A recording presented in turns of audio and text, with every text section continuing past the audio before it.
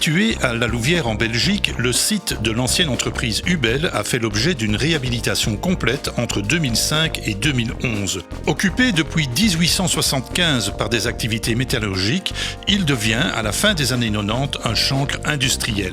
SPAC, entreprise spécialisée dans la réhabilitation de friches industrielles et de décharges, identifie de nombreux polluants dans les sols.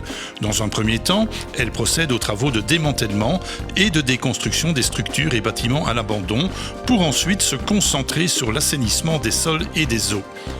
En 2010, SPAC réalise ainsi un premier traitement des eaux souterraines.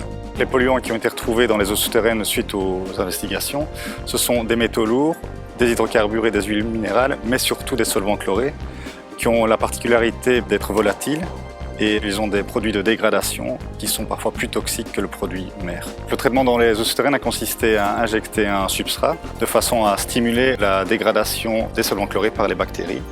Ce qui signifie qu'il y a des bactéries qui sont naturellement présentes dans la nappe et qui sont capables de dégrader les solvants chlorés. Par contre, il faut les stimuler en les mettant dans des conditions idéales pour qu'elles réalisent leur travail de dégradation. Nous sommes venus avec une machine de type géoprobe, donc une petite machine de forage sur chenille, qui, par la méthode de direct push, donc qui consiste à injecter une tige dans le sous-sol jusqu'à la nappe, injecte ensuite à des intervalles définis le produit en question. Cette injection a été réalisée sur une centaine de points en décembre 2010 et janvier 2011.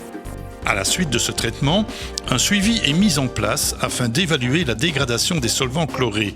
Celui-ci montre toute son efficacité. Cependant, 18 mois plus tard, les concentrations en sont, contre toute attente, en nette augmentation. SPAC décide dans un premier temps de réaliser des investigations complémentaires pour vérifier que les bactéries capables de dégrader les solvants chlorés sont toujours présentes dans la nappe et toujours capables de dégrader ces solvants chlorés. Comme les résultats sont positifs, on décide de réaliser une seconde injection, mais uniquement dans la zone résiduelle où il y a eu cette fameuse augmentation de concentration. On injecte en continu en descendant la tarière. Donc ça permet de moins compacter le sol et donc d'éviter les remontées de produits en surface ou des fracturations du sol. Et ça permet aussi d'injecter le produit de façon beaucoup plus homogène dans le sous-sol.